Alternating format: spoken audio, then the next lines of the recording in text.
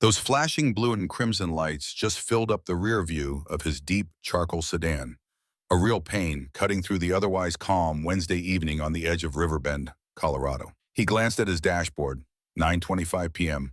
He wasn't speeding, and this was a quiet stretch of road he'd traveled more times than he could count. The cruiser hugged his bumper, headlights glaring, like it was trying to prove a point. He just sighed, signaled, and eased the car over beneath an old elm tree, its branches hanging low. The engine purred, nice and steady. Looking back, he saw this big uniformed guy get out.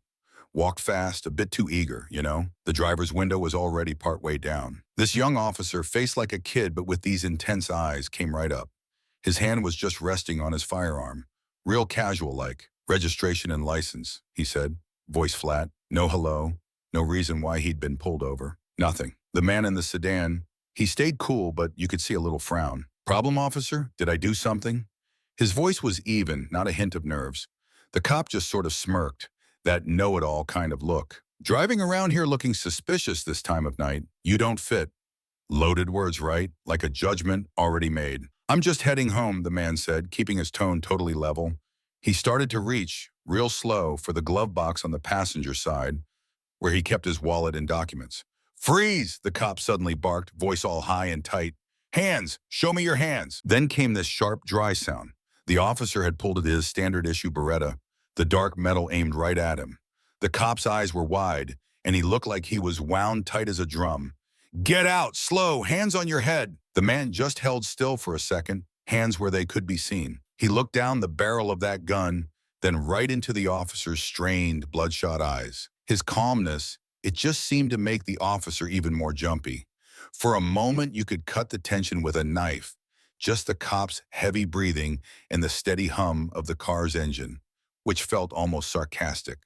Who was this guy, staring down a gun like that? How does a simple check, if that's what it even was, blow up into something like this on some dark, quiet street? The man in the car took a deep, slow breath. Not scared, not really, just disappointed, a flicker of it across his composed face. "Officer," he stated, his voice still steady, "I need to get my phone. It's in my inside jacket pocket. I'll do it with 2 fingers." Very slowly. Officer Tim Wallace, 27 years old, a couple of years on the force, felt his own heart hammering away. He was supposed to be in charge. He was the law out here. "Don't try anything funny," he managed to get out. But Wallace couldn't take his eyes off the man's deliberate movements. That initial bravado he'd felt, it was starting to crack, faced with this guy's incredible composure. This wasn't like the usual stops. Slowly, so slowly, the man reached into his suit jacket, just index finger and thumb, and carefully brought out a sleek smartphone. He held it up with his fingertips for Wallace to see. "Just one call," he said. Wallace paused. Part of him wanted to yell, tell him to drop the phone. But something else, this odd curiosity mixed with a growing unease, made him hold back. "Make it quick," he snapped. The man tapped a number from his contacts, didn't even need to look at the screen. The sound of the phone ringing out just sliced through that heavy silence. Wallace kept his weapon up, trying to will his hand to stay steady. He watched the man lift the phone to his ear. "Mike?" The man's voice was calm, but there was this clear note of knowing someone. "Marcus here. I'm down at the intersection of Pine and 2nd. Ran into a bit of an issue with one of your guys. Seems a little on edge." A brief silence. "All right, I'll be right here." He ended the call, placed the phone on the dashboard. Then he looked straight at Wallace, eyes completely steady. "Your chief will be here in a minute." Wallace heard the name Mike, and the easy way he'd said it. Mike Stratton was the chief of police in Riverbend. This guy knew the chief? He tried to shake it off. "Calling someone won't help you." He tried to sound like he meant it, but his voice was definitely unsteady now. A drop of sweat trickled down his temple. He could feel the cold steel of the Beretta in his grip. Maybe 3 minutes passed, maybe less. Another cruiser came flying down the road from the other way. Lights going, but no siren. It pulled up a short distance away. The door swung open, and a tall, silver-haired man in uniform and with an air of serious authority walked quickly towards them. It was Chief Mike Stratton himself. Chief Stratton, 57, a man who'd known Marcus for years, took in the whole scene. His face went from stunned to shocked, then just pure anger. "Wallace, what in the Sam Hill is going on here?" He practically spat. his voice cutting through the engine noise. Officer Wallace nearly jumped out of his skin seeing his boss right there. He'd never seen Chief Stratton that furious. Wallace tried to sound professional, but all the confidence had drained right out of him. Sir, this individual, he was acting suspiciously, wouldn't cooperate when I asked for his papers. I felt things might get dangerous. He sort of glanced at the man in the car, probably hoping for some sign to back him up. But Mike Stratton didn't even look Wallace's way. He went right to the sedan's door. Marcus, you okay? His voice was full of worry, and maybe a little disbelief too. The man in the car, Marcus Thorne, just gave a small amount of his head. A faint, almost sarcastic smile touched his lips. I'm all right, Mike. Just a bit taken aback by the warm welcome to your town. I thought I was just dropping by to see an old buddy. Mike Stratton let out a breath, clearly relieved. But then his anger just boiled over as he spun back to Wallace. His voice was like ice, every word a slap. Officer Wallace, have you got any idea who you just aimed your weapon at? Wallace was floored, his mind a total blank. He just stammered. A citizen, sir? A possible traffic offender? He was grasping at straws. Mike Stratton stared Wallace right in the eyes, his look chilling. This is Director Marcus Thorne. He's the director of the FBI. The chief's words hit Officer Wallace like a physical blow. FBI director? Wallace's face went from flushed red to chalk white. The Beretta in his hand started to shake uncontrollably. Then, like all his strength just vanished, it slowly drooped. Sweat was just pouring down his face and soaking his shirt. The FBI director? He couldn't wrap his head around it. He'd actually pointed his gun at one of the most powerful men in law enforcement in the entire country. Wallace felt his knees start to give. That arrogance, that absolute certainty he had had just moments before, gone, completely. All that was left was this raw, gut-wrenching fear, a panic that made it hard to breathe. He looked over at Marcus Thorne, the black man he'd insulted, told him he didn't belong, the man he'd pretty much threatened to shoot because of some stupid, ugly idea in his own head. And now that man just sat there, quiet, but his sharp gaze felt like it was seeing right through him. Marcus Thorne didn't say a word. He'd run into Wallace's type too many times in his career. Small people given a little bit of authority who get instantly drunk on it. But it had been a long, long time since he'd been on the receiving end of it himself. I didn't know. I'm so sorry. Wallace was stuttering now, his voice cracking. Director Thorne, Chief Stratton, please, just give me a chance. I messed up. I swear I didn't mean to. I was just doing my job. He started begging, the words tumbling out, not making much sense.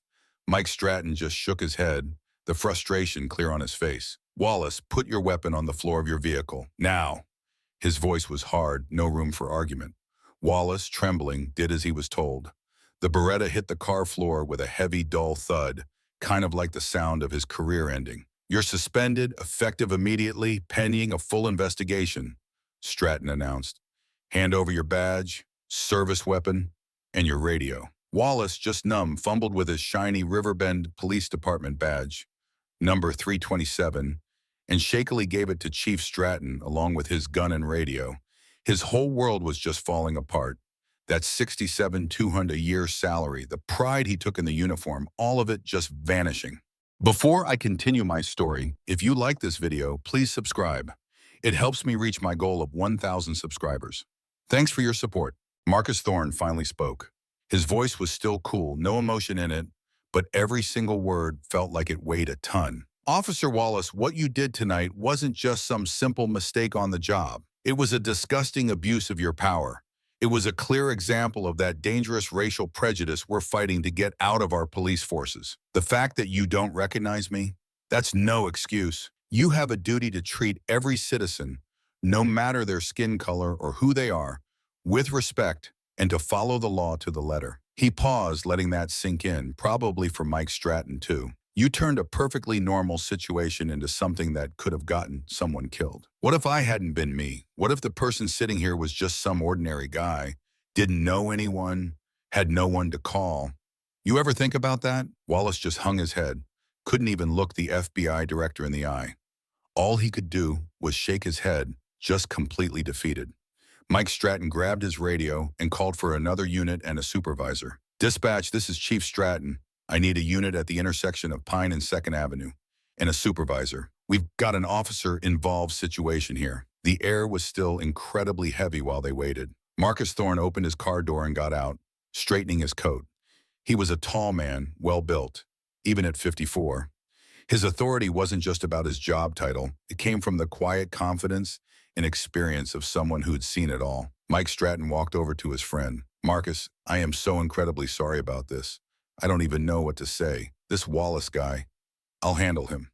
Marcus put a hand on Mike's shoulder. I know you will, Mike. But this isn't just about one bad apple like Wallace. This is a system-wide thing.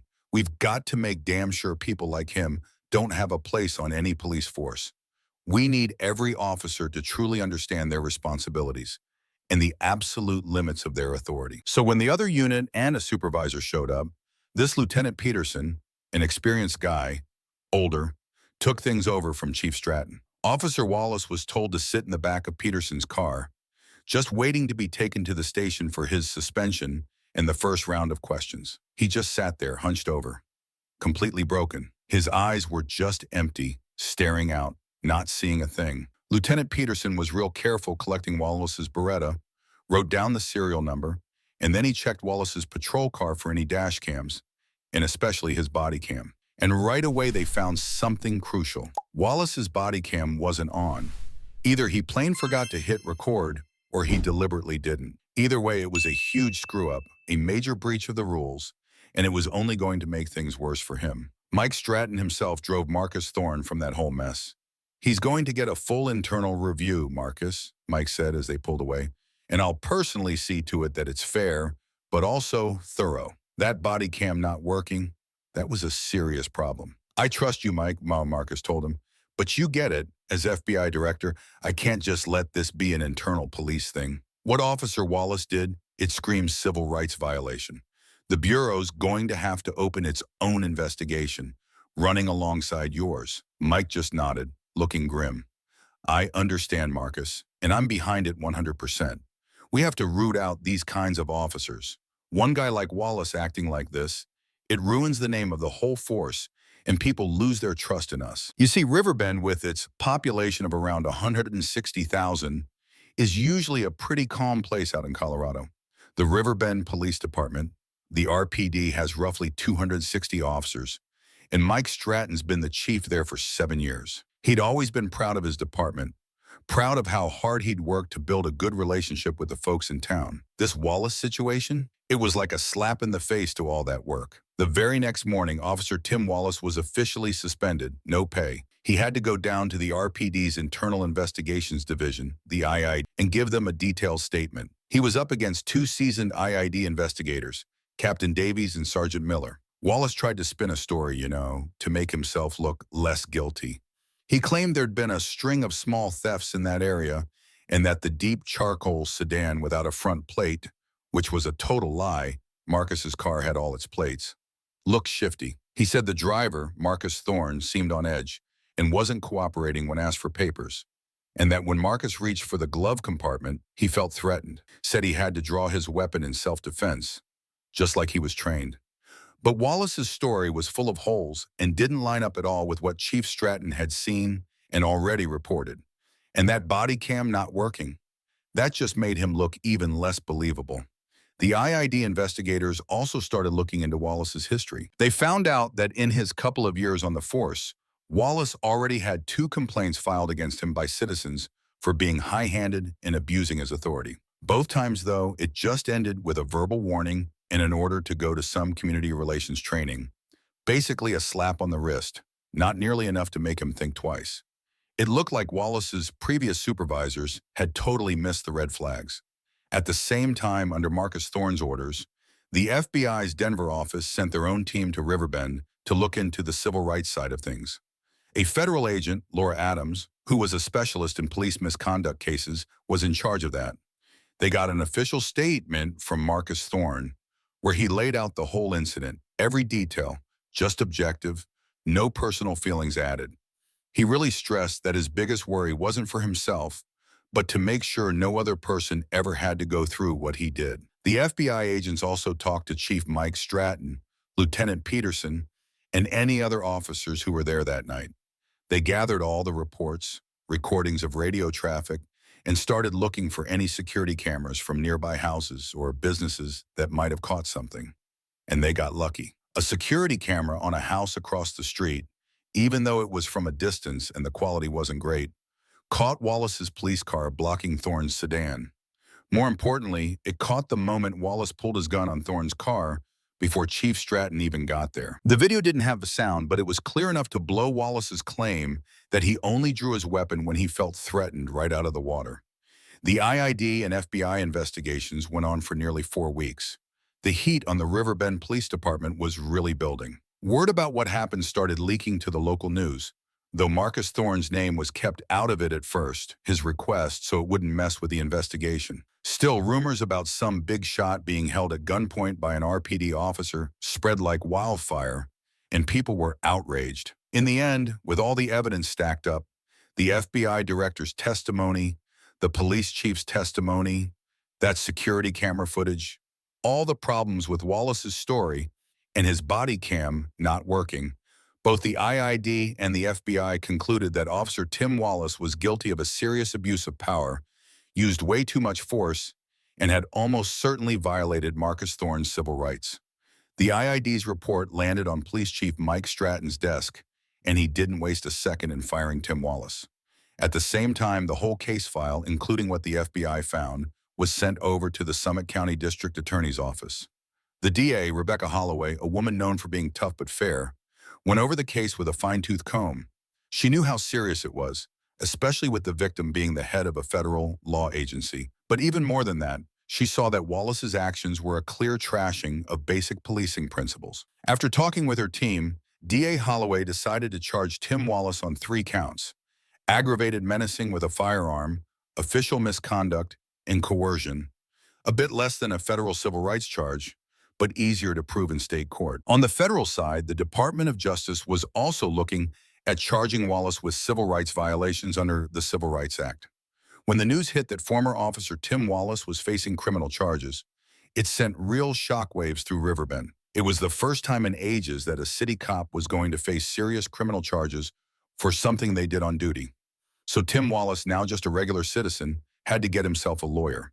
He ended up with Mark Jenkins, a guy known for defending cops who'd found themselves on the wrong side of the law. Jenkins started cooking up a defense, trying to paint Wallace as this young, inexperienced officer, stressed out, who just had a bad moment and made a terrible mistake under pressure. Wallace's trial kicked off on a July morning, about 3 months after that whole incident went down. Courtroom number 2 at the Summit County Courthouse was absolutely packed.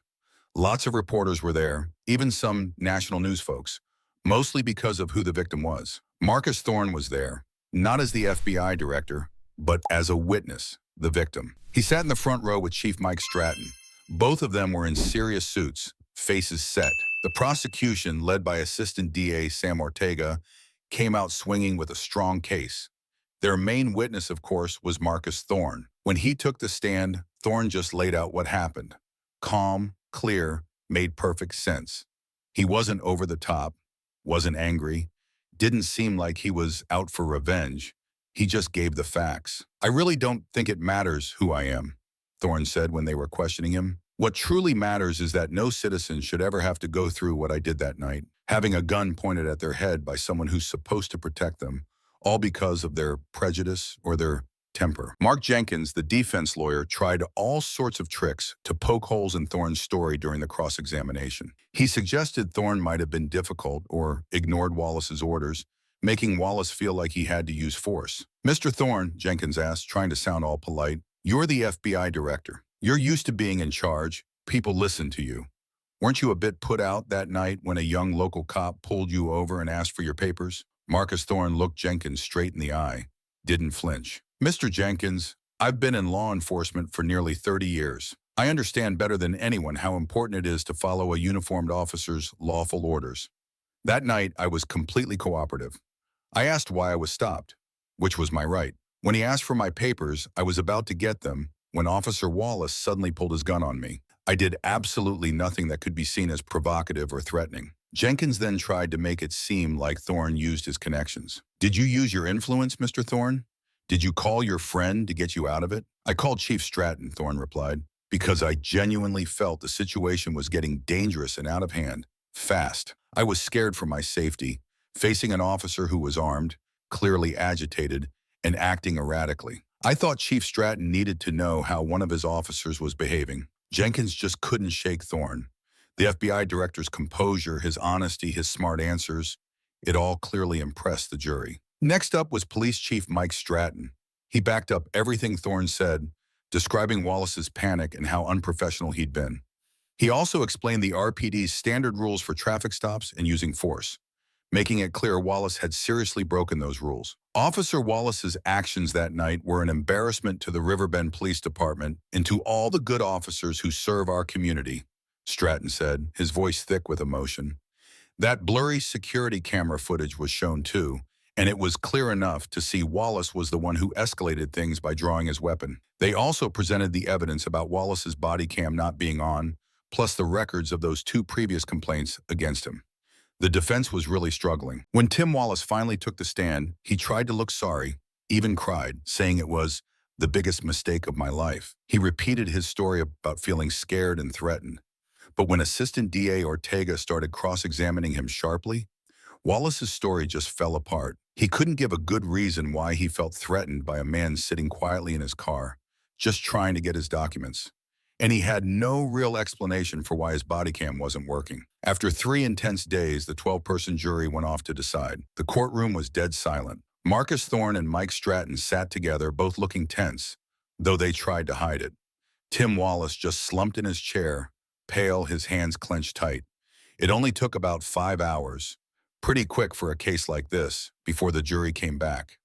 The 4-person, a woman in her middle years, stood up to read the verdict. On the charge of aggravated menacing with a firearm, we, the jury, find the defendant, Tim Wallace, guilty. A quiet ripple went through the room. Wallace shut his eyes. On the charge of official misconduct, we, the jury, find the defendant, Tim Wallace, guilty. On the charge of coercion, we, the jury, find the defendant, Tim Wallace, guilty. Tim Wallace just dropped his head onto the table, his shoulders shaking. His mother, who was sitting in the back, started to cry. A week later, they had the sentencing hearing. Judge Brenda Sutton, known for being tough but fair, was presiding. Before she gave the sentence, Judge Sutton let both sides speak. Assistant DA Ortega argued for a stiff sentence, pointing out that Wallace's actions didn't just put someone in danger, they destroyed public trust in the police. When those we trust to protect us become the danger, Ortega said, it's the worst kind of betrayal. Jenkins, Wallace's lawyer, begged for leniency, saying Wallace was young, had lost everything, and was truly sorry. Tim Wallace himself got to say a few last words. He cried and apologized to Marcus Thorne, to his own family, and to the Riverbend Police Department. But honestly, those late tears didn't change much for anyone. Marcus Thorne, through Assistant DA Sam Ortega, had submitted a short victim statement. He didn't ask for any specific sentence, just said he hoped this whole thing would be a serious wake-up call for every officer out there about the huge responsibility they carry. Finally, Judge Brenda Sutton delivered her decision. She looked right at Tim Wallace. Mr. Wallace, she said, you took an oath to protect and serve. Your actions that night went completely against that oath. You used the power you were given in a reckless, dangerous way, all based on your own unacceptable prejudices. You didn't just put Director Thorne's life at risk. You badly damaged the reputation of all your honest colleagues. The judge made it clear that jail time was necessary to show how serious his crimes were, to hopefully stop others from doing the same, and to make it plain that nobody is above the law, especially not someone with a badge. So, for the crime of aggravated menacing with a firearm, this court sentences you, Tim Wallace, to 7 years in prison. For official misconduct, 2 years in prison. For coercion, 6 months in prison. These sentences will run at the same time. 7 years. Tim Wallace just looked stunned. Then the tears came, and he completely broke down as the court officers cuffed him and let him out. His career, his freedom, his future, all gone, locked away. Marcus Thorne and Chief Mike Stratton left the courtroom quietly. Outside, a few reporters tried to get a comment, but they both just politely said no. They ended up in a small coffee shop nearby. Well, justice was served, Marcus, Mike Stratton said. You could hear the relief in his voice, but also how tired he was. Marcus nodded. It was, Mike, but it came at a hell of a cost. You're right about that, Stratton agreed. There are no real winners in cases like this, are there? No, Marcus said, looking out the window at people rushing by on the street. Only lessons. And hopefully, we've all learned something important from this one. Wallace's case, it's a symptom, Mike. We have to get to the root of it, the bias, the gaps in training. He paused, then added, and that work, my friend, that's a fight that continues every single day, long after the headlines fade. Mike Stratton just nodded slowly, knowing Marcus was absolutely right. It was a heavy thought to end on, but it was the truth of it.